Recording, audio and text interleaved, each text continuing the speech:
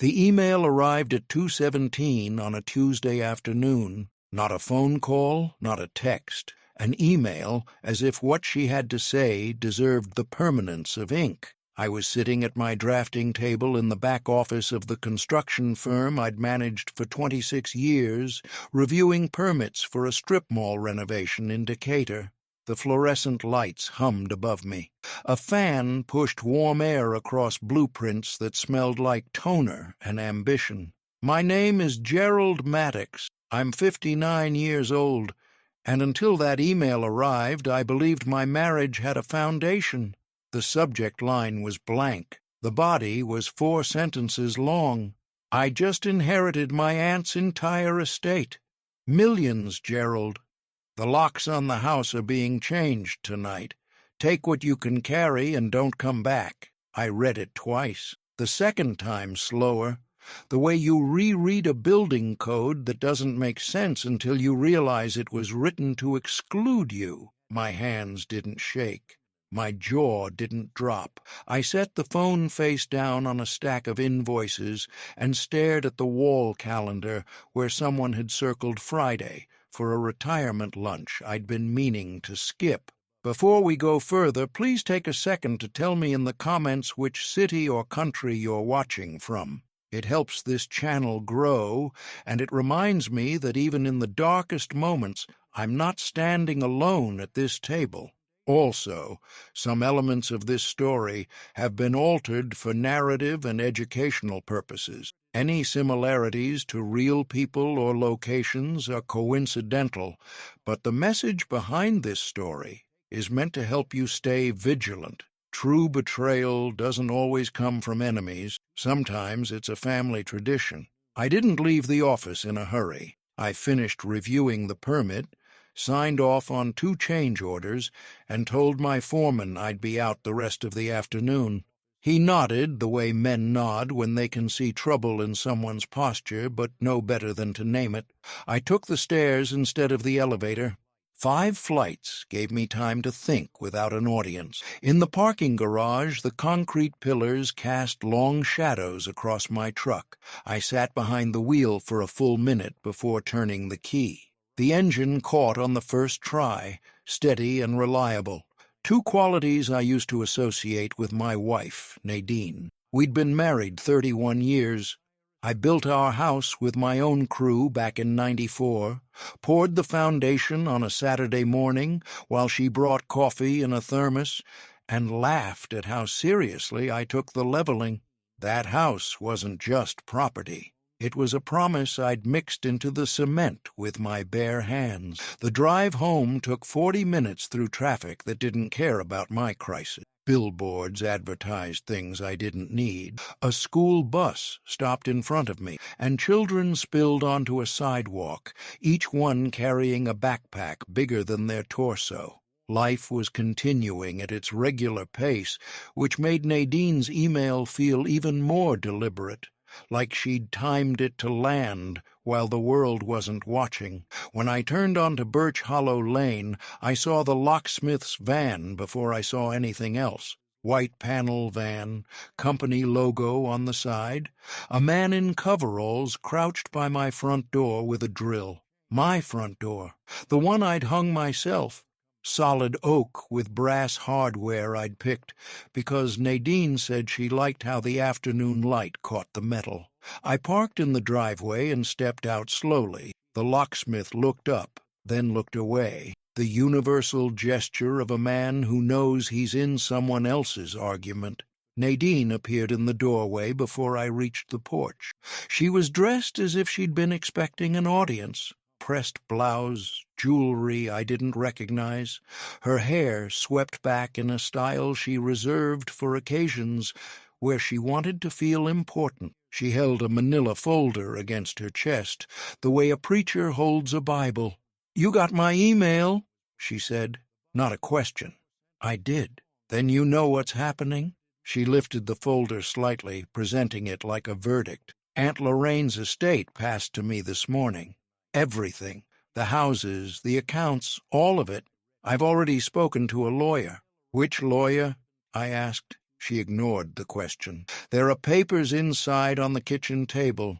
Sign them and this stays civilized." I looked past her into the house, my house, and saw the dining table where we'd eaten 10,000 meals arranged like a stage set. White tablecloth, a single pen, a stack of documents fanned out with the precision of someone who'd rehearsed this moment in the mirror. "Can I come inside?" I asked, and the absurdity of the question hit me before the last word left my mouth. Asking permission to enter a home I'd built with lumber I'd selected and nails I'd driven with my own hands. "Quickly," she said, stepping aside just enough to let me pass. Inside, the house smelled different. She'd lit one of those expensive candles, the kind she bought when she wanted the air to match her mood. Lavender and something sharper underneath. I walked to the table and picked up the first page. "Dissolution of marriage," it read across the top in bold type. Below that, a list of terms typed single-spaced. She would retain the house. She would retain all inherited assets. I would vacate within 24 hours. My signature was required on 3 separate lines. I flipped to the second page. No court filing number. No notary seal. No case reference. The letterhead belonged to someone whose name I didn't recognize, printed on paper that felt too thin for the weight it was trying to carry. "Who drafted this?" I said again. "My attorney," she repeated, louder this time, as if volume could replace credentials. I pulled out my phone and began photographing each page, the letterhead, the margins, the signature blocks, the envelope it came in. "What are you doing?" she snapped. "Documenting. You don't need to document anything. Just sign."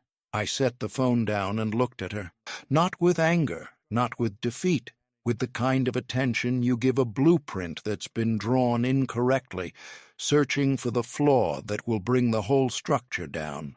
"I'll sign," I said. Her eyes widened slightly. She hadn't expected compliance. She'd prepared for a fight and now found herself ahead of schedule with no plan for the surplus. I picked up the pen and signed where she'd indicated. Each line, each page. My handwriting was steady, the same hand that had signed contracts and permits and mortgage documents for 3 decades. Signing didn't frighten me. Trusting someone who needed to humiliate me to feel powerful, that was what frightened me. I set the pen down and stood. "Enjoy your fortune," I said with a calm I hadn't planned. "Just don't confuse an inheritance with something you built." She crossed her arms. "Poetic words from a man with nowhere to sleep tonight." I didn't answer. I walked to our bedroom, the room where I'd installed crown molding by hand because she'd seen it in a magazine and said it looked elegant, and I packed a single bag, medication, documents, a change of clothes, my father's wristwatch, and the small leather Bible my mother gave me the year I got married. Everything else could wait. I wasn't fleeing. I was selecting what deserved to travel with me. When I returned to the living room, Nadine was on her phone, pacing near the window with the confidence of someone who believed she'd already crossed the finish line. "Yes, list it this week," she was saying. "Cash offers only. Tell them it's a motivated seller. We can close fast." She was talking about the house, our house. The one I'd framed and roofed and wired. She was selling it before the ink on her aunt's estate had dried, before any court had validated a single document she'd shoved across that table. I stopped at the front door and looked back at the clock above the mantel, the one I'd mounted the week we moved in. 4:38 p.m. I stored the time the way I store measurements. Precisely. "Don't come back," she called after me. I didn't reply. The door closed behind me with the soft click of hardware I'd installed myself. Outside, the locksmith was finishing. New deadbolt, new handle, brass, like the old one, but without the history. He glanced at me, and I saw something in his eyes, an apology he wasn't paid enough to deliver. I nodded and walked to my truck. I drove to a motor lodge off Highway 78, the kind of place with exterior corridors and a neon sign that buzzes whether it's working or not. I didn't need luxury. I needed a room with a lock, a clean bed, and distance from a woman who'd turned our life into a transaction.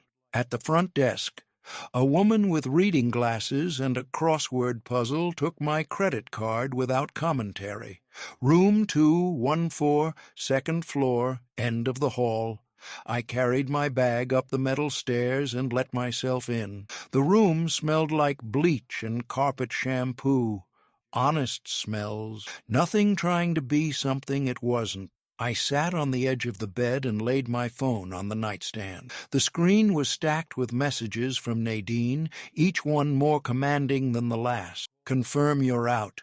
Don't make this harder than it needs to be. I've changed the security code, too. I screenshot every message, timestamps visible. Chronology, I'd been told, is armor. I opened the email she'd sent earlier and read it again, slower this time. The inheritance details, the attorney's name, the appointment scheduled for tomorrow morning at 10, and there, in the final line, my full name, not listed as her husband, not listed as next of kin, listed as a required party, a procedural summons dressed in legalese. I wasn't being discarded out of courtesy. I was being summoned by obligation, and Nadine either hadn't read that far or didn't understand what it meant. I lay back on the bed and stared at the popcorn ceiling, counting the small imperfections the way a builder counts the flaws in someone else's work. Then I picked up my phone and made a call I'd been putting off for longer than I cared to admit. The attorney's name was Vivian Okafor, a woman I'd met once at a Chamber of Commerce dinner years earlier. She specialized in estate disputes and spoke the way good contractors build. No wasted motion, no decorative nonsense. She answered on the third ring. I explained the situation in plain language: inheritance claimed by spouse, immediate eviction from the marital home, fake divorce papers, listing of property before probate was complete. She didn't interrupt. She didn't offer sympathy. When I finished, she asked 3 questions. Did I photograph the documents? Did I preserve the messages? Did I sign under duress? Yes, yes, and I signed voluntarily, because the papers held no legal weight. Good, she said. Those signatures are meaningless without court authority, but her intent is documented by her own hand. Be at the probate building by 9:30. I'll meet you outside. She ended the call without a goodbye. I respected that. Efficiency is a form of kindness when time matters. I didn't sleep well. Not from fear, from inventory. My mind sorted the events of the day into categories: what she'd done, what she'd said, what she'd tried to make me believe. Every detail filed itself away with the precision of a man who spent his career reading fine print on contracts. I rose at 6:15. The motel room was cold. I showered under water that took 3 minutes to warm, dressed in the cleanest clothes I had, and went downstairs to a continental breakfast that consisted of weak coffee and toast that could have doubled as roofing shingle. I ate anyway. An empty stomach makes a man emotional, and emotion was a luxury I couldn't afford. At 9:22, I pulled into the parking lot of the county probate building.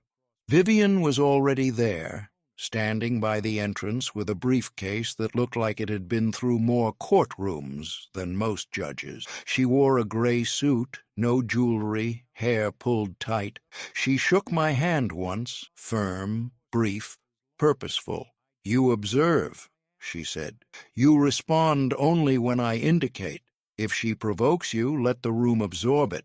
I agreed. Obedience to process was the entire strategy. Inside, the building smelled of old carpet and institutional coffee. clerks shuffled papers.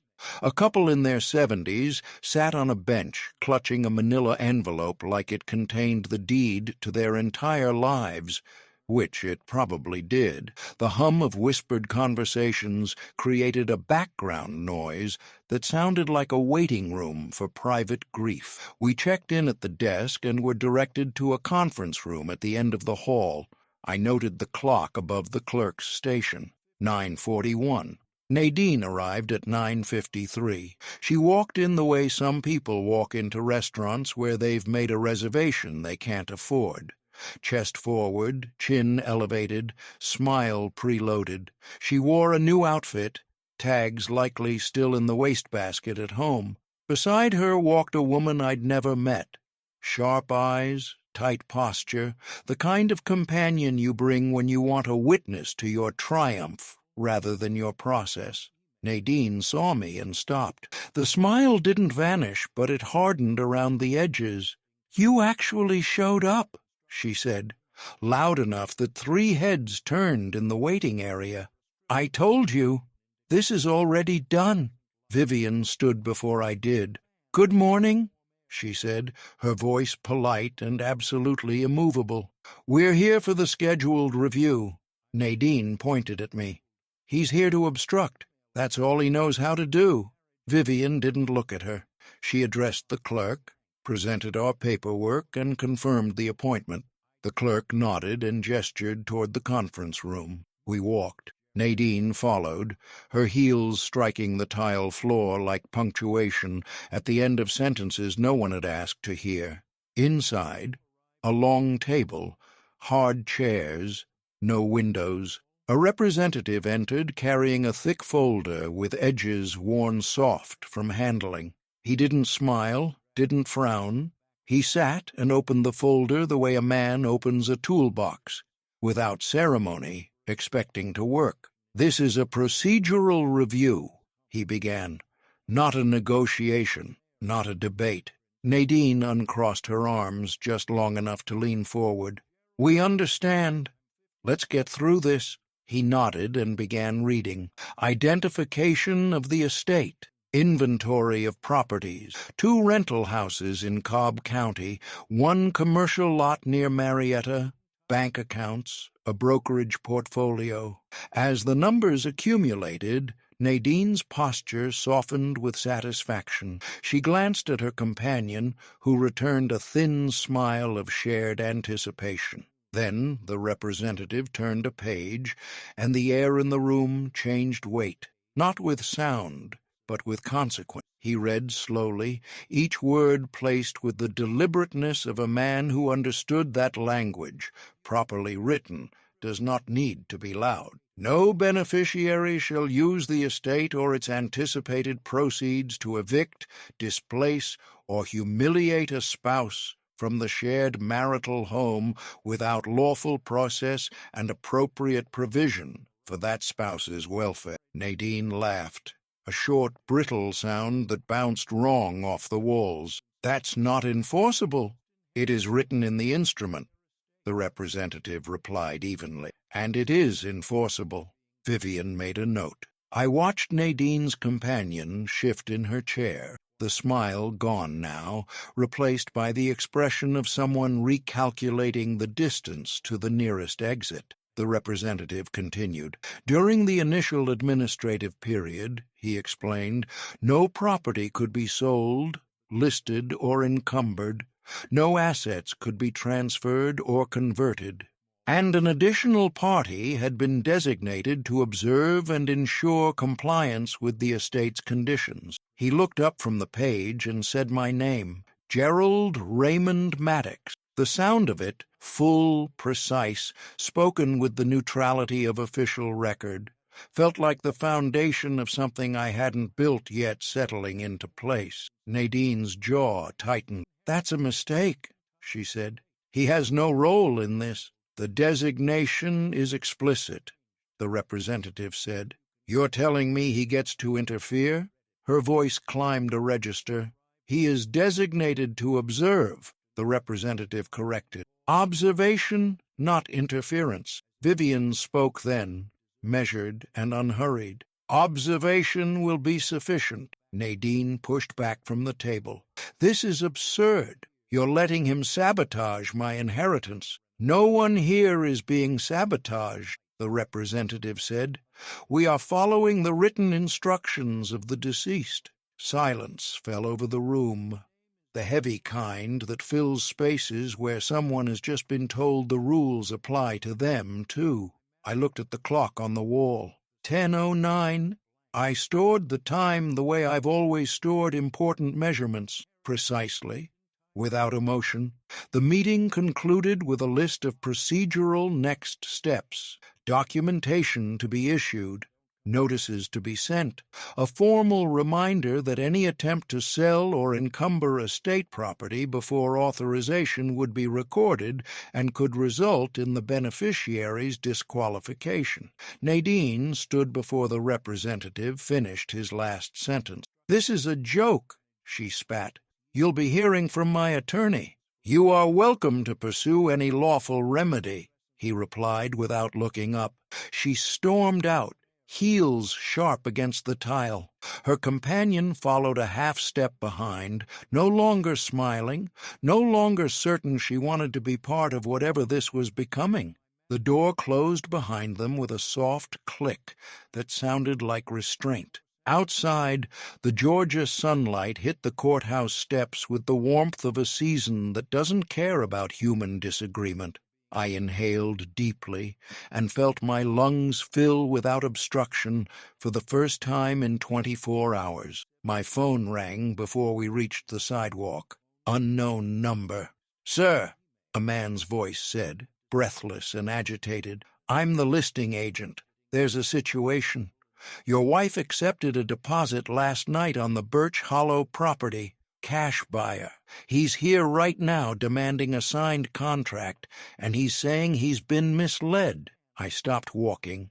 Vivian touched my arm lightly. I put the call on speaker. "She told me everything was cleared for sale," the agent continued, voice tight with the particular fear of a man watching his commission turn into a complaint. "The buyer wired $40,000 last night as earnest money." Vivian took over, her voice precise as a scalpel.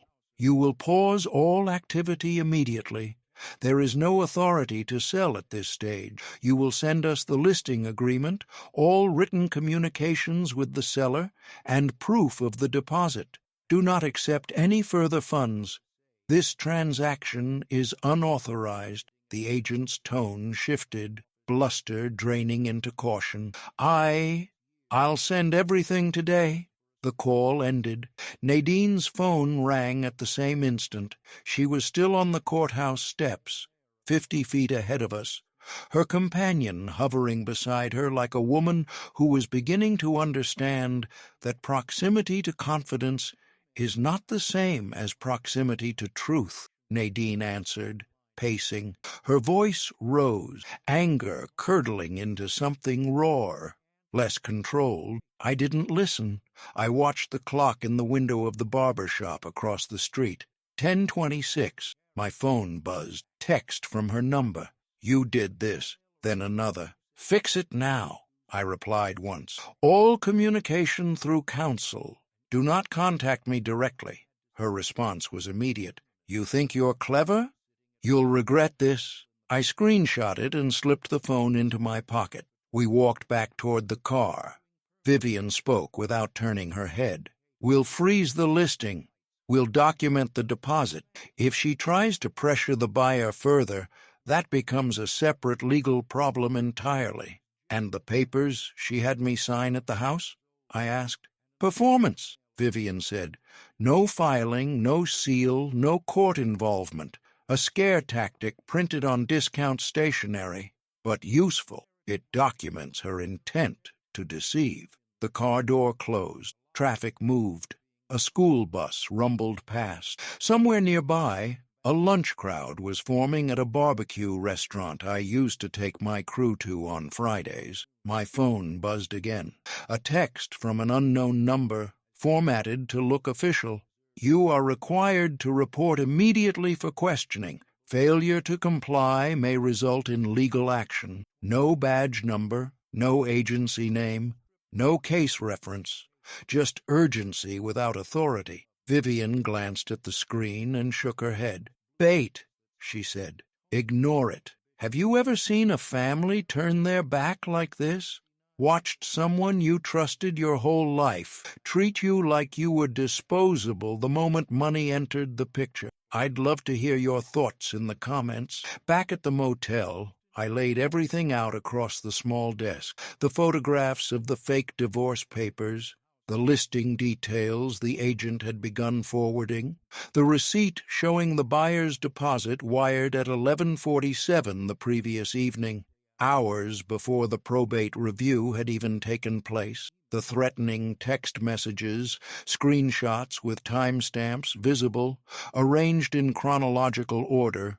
It wasn't chaos. It was a pattern, and patterns, I've learned after decades of reading blueprints, only reveal themselves when you stop reacting and start measuring. At 11:41, my wife called.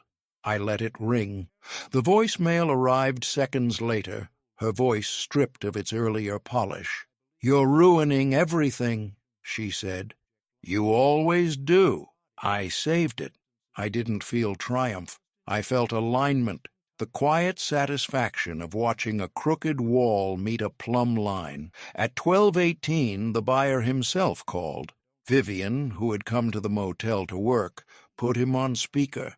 He was a retired electrician from Savannah.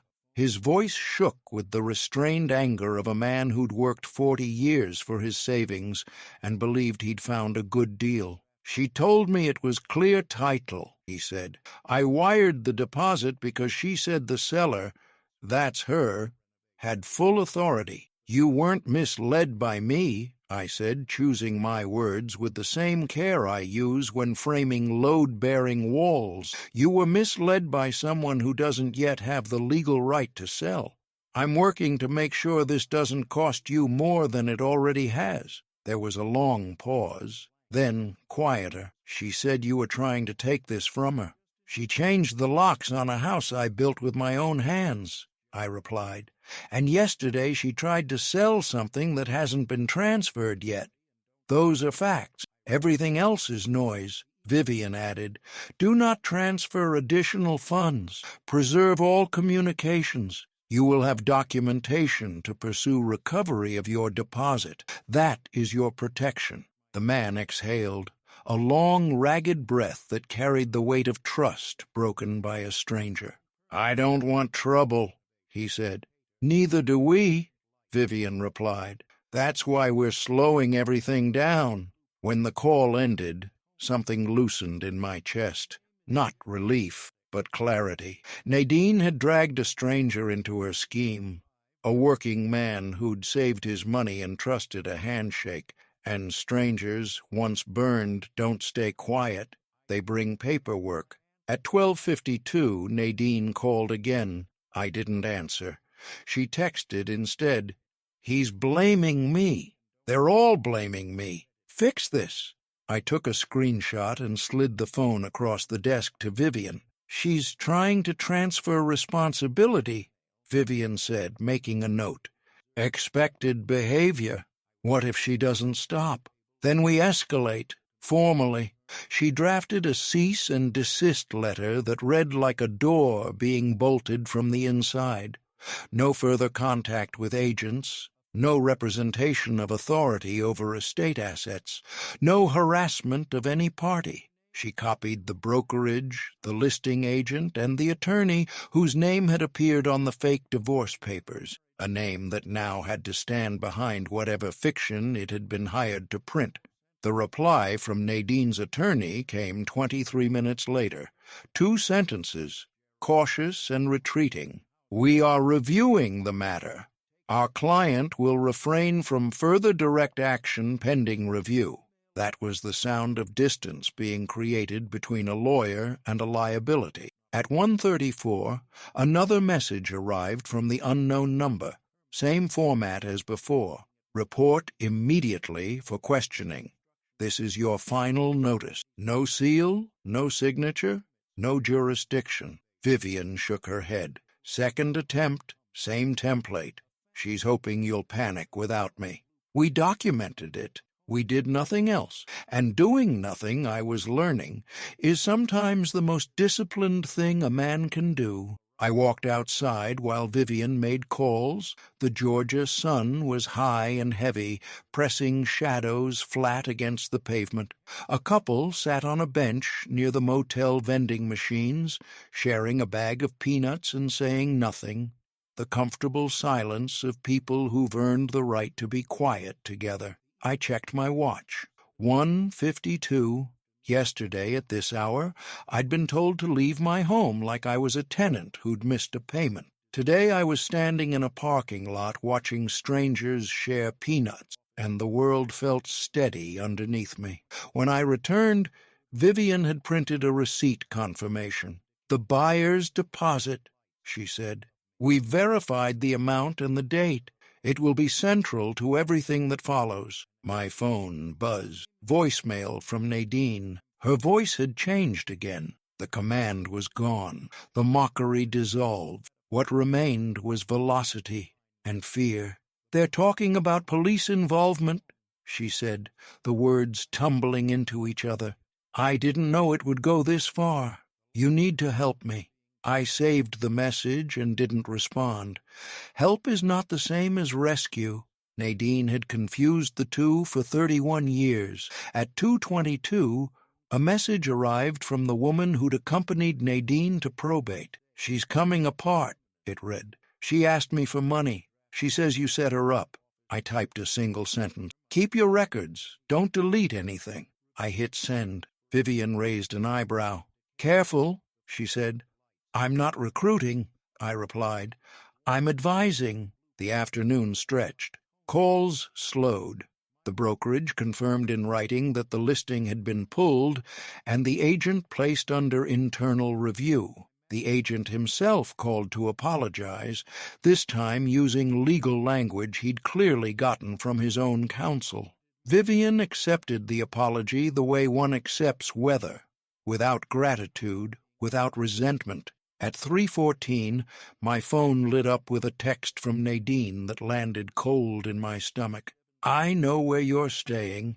I showed it to Vivian. She didn't flinch. "Good," she said. "Now we document intent to intimidate." She began drafting a request for a no-contact order. Not dramatic, not accusatory, just a record. Dates, times, messages, the pattern of escalation.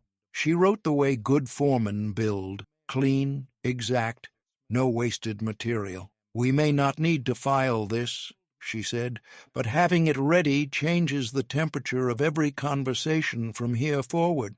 I leaned back in the chair and closed my eyes. I thought about the front door, the one I'd hung myself, the oak I'd sanded by hand, the brass hardware catching afternoon light.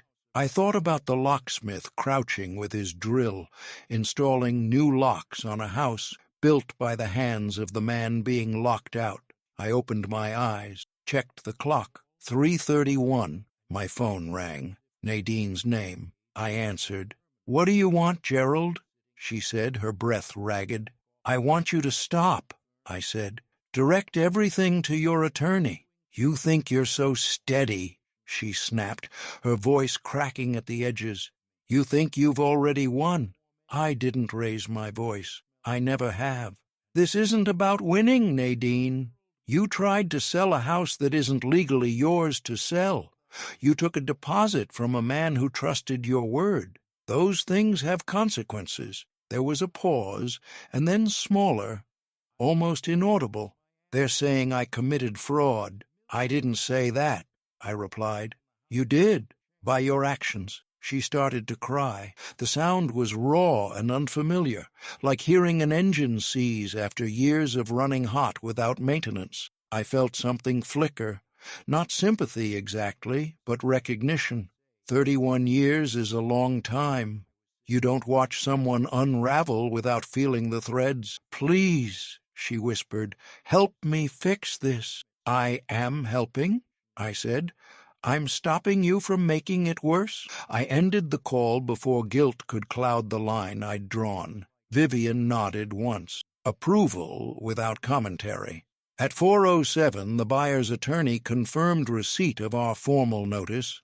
The word refund appeared for the first time, a small word carrying enormous weight. The day had tilted. At 4:44, Vivian received confirmation that the brokerage had formally logged the unauthorized listing and the deposit issue. The words "internal review" appeared in an email drafted with the careful neutrality of people who were trying very hard not to be named in a lawsuit. Neutrality, I've learned, is often just fear in a necktie. Vivian printed the email and slid it into the folder. "She's not finished," she said. "People who operate like this don't stop when they're cornered. They change the game." She was right. The next attempt came at 4:58. Another message from an unknown number, this time formatted slightly differently, but carrying the same fraudulent urgency. "You are required to appear for clarification regarding a complaint filed in your name. Respond immediately. No agency, no case number, no signature, just pressure." "Third version," Vivian said, comparing it to the earlier messages. "Same tactic, different costume." We documented it and moved on. At 5:19, my phone rang again. Not Nadine this time. The woman who'd stood beside her at probate. The companion with the tight smile and the eager posture. I let it go to voicemail. She called back immediately. I answered. "I don't want trouble," she said before I could speak. Her voice trembled. The confidence hollowed out. "She told me things about you, about why you were at probate. She said you were dangerous. And you called because she called me an hour ago," the woman said, breath catching. "She asked me for money. She said everything was falling apart and you'd set her up." I closed my eyes and pictured the conference room. Nadine's posture when the representative read the clause aloud. The way her certainty had cracked like plaster over a shifting foundation. "If you have messages from her," I said, "keep them. Texts, voicemails, everything. Don't delete anything." A pause. "I have them," she admitted quietly. "Then hold on to them," I repeated. "They protect you." She exhaled, shaky and uncertain. "I don't want to be part of this." "Then don't be," I said. "Distance is a choice you're allowed to make." She hung up without a goodbye. I didn't feel satisfaction. I felt confirmation. People who use others as props panic when the props walk off the stage. At 6:04, Vivian finished the formal draft of the no-contact order request. She slid it across the desk for my review. I read every line. Each entry matched the timeline I'd been building in my head since the email arrived at my drafting table. The email itself, the changed locks, the staged divorce papers, the unauthorized listing, the fraudulent deposit, the threats, the intimidation attempts. Each event sat where it belonged, no gaps, no embellishments, just sequence. "We may never file this," Vivian said again. "But if she escalates further, it's ready to move." As if summoned by the sentence, my phone buzzed. "Nadine." I answered. Her voice was different now, not commanding, not mocking, broken around the edges, rushed, as if she were trying to outrun consequences she'd already stumbled into. "They're saying the buyer might go to the authorities," she said. "They're saying I misrepresented myself." "You did misrepresent yourself," I replied. "I inherited it, Gerald. It's mine." "You were told you might inherit it," I corrected. "The estate hasn't been transferred. Those are not the same thing, and you know it." Her breathing grew uneven. "You want me ruined?" I looked at the clock on the motel wall. 6:33. The light outside the window had softened into the amber of early evening, the kind that makes everything look gentler than it is. "I want you to stop," I said. "Call your attorney, follow their advice, and stop contacting me." "You think you're untouchable?" she said, anger flaring one last time like a match that refuses to catch. "I can say things. I can make accusations." Vivian listened from across the desk, pen moving steadily. I kept my voice even. "If you do, it becomes another document. That's all." She hung up. The room went quiet, not empty, but resolved. The kind of quiet that settles over a construction site when the frame is up and the structure holds. Vivian finished her notes and closed the folder. "Her attorney's already stepping back," she said. "When the lawyer creates distance, the client is running out of road." At 7:14, a new email arrived from Nadine's attorney. The tone had shifted entirely. Where earlier there had been posturing, now there was retreat. "Our client will cease direct contact. Please direct all communication through this office." The sentence read like a white flag folded into a briefcase. I leaned back and let the day settle. This wasn't the end.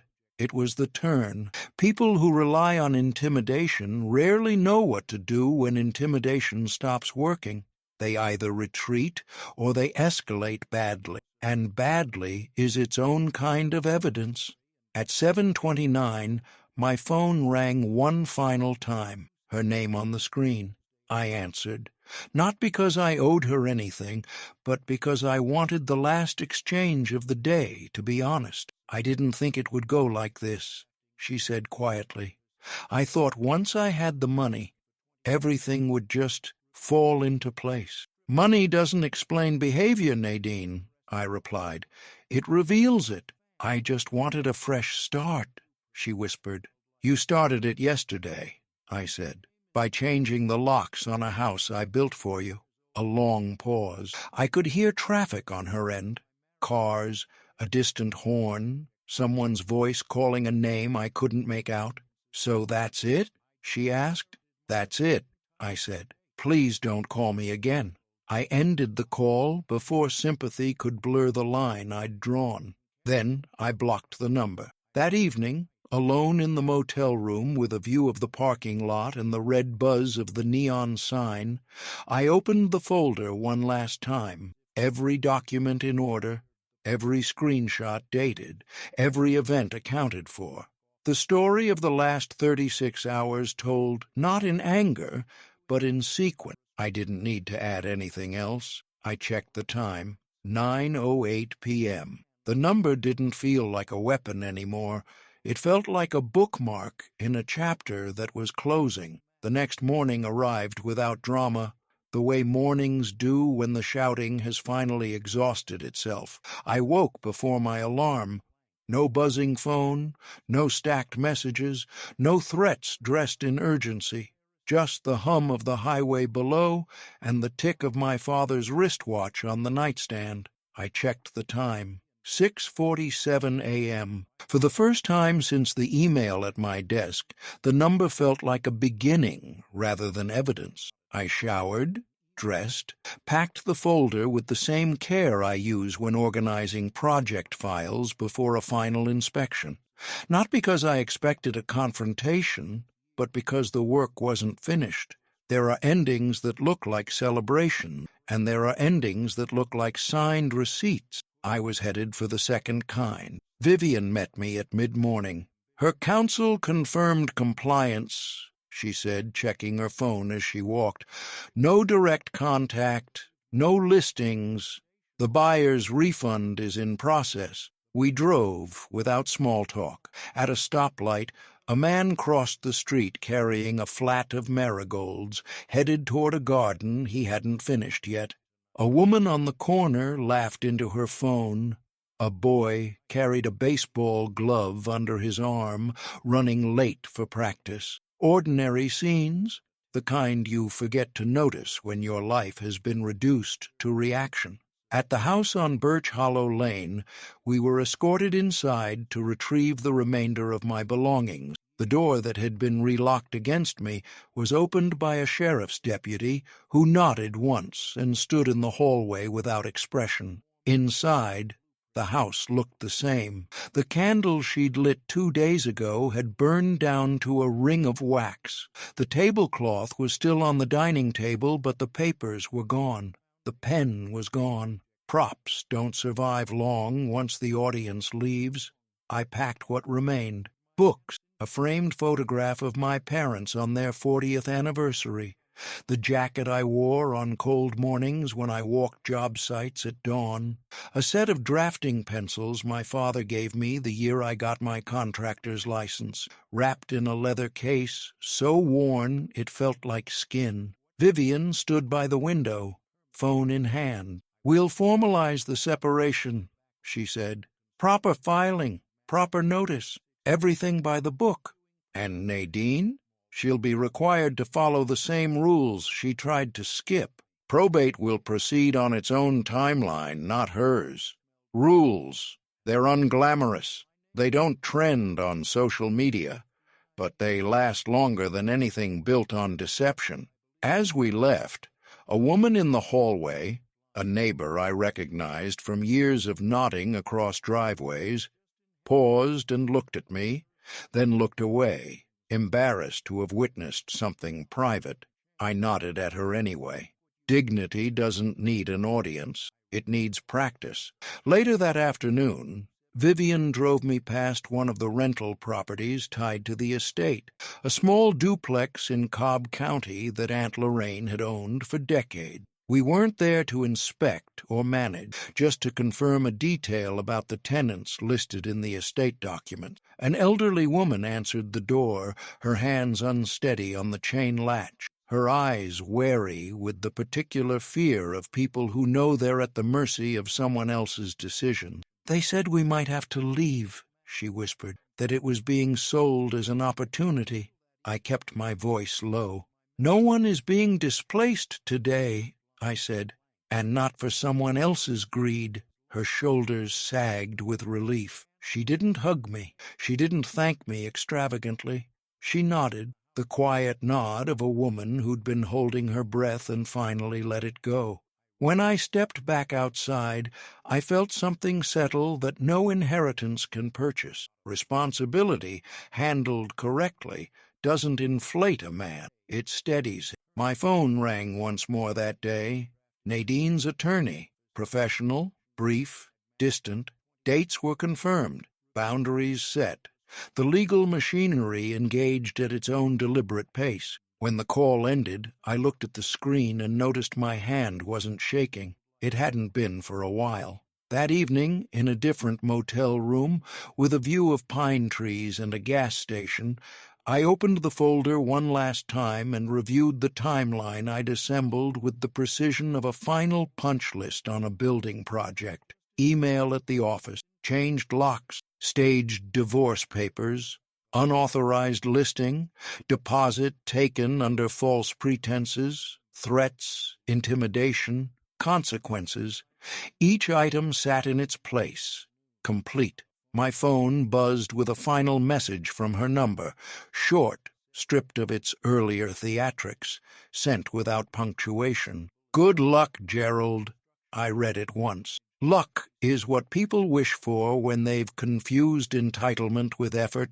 I typed 2 words, erased them, typed them again, and sent them without punctuation. Good luck. Then I blocked the number. I checked the time. 9:16 p.m. No countdown anymore. No deadline pressing against my ribs. The clock had returned to what it was always meant to be, a measure, not a threat. I sat on the edge of the bed and let the week pass through me without commentary. The humiliation, the precision, the restraint. The quiet decisions that don't look impressive from the outside, but change everything on the inside. I didn't feel triumphant. I felt clean, the way a house feels after you strip it down to studs, find the bones are still good. If you're listening to this and thinking about a time when someone tried to shrink you with money or volume or urgency, I want you to hear this clearly. Silence is not surrender. Sometimes it's the steadiest thing a man can do. Sometimes it's the space you need to find the right door when the hallway goes dark. I didn't win because I shouted louder. I won because I refused to run. I refused to confuse luck with ownership, noise with authority, speed with truth. I let the paper do what paper does best. I let time tell the story the way time always does, without apology, without decoration, and without asking permission. If this story stayed with you, I want to know why. What would you have done in my place? Leave a comment below and tell me where you're listening from. I read every single one. This has been the Otis Archive.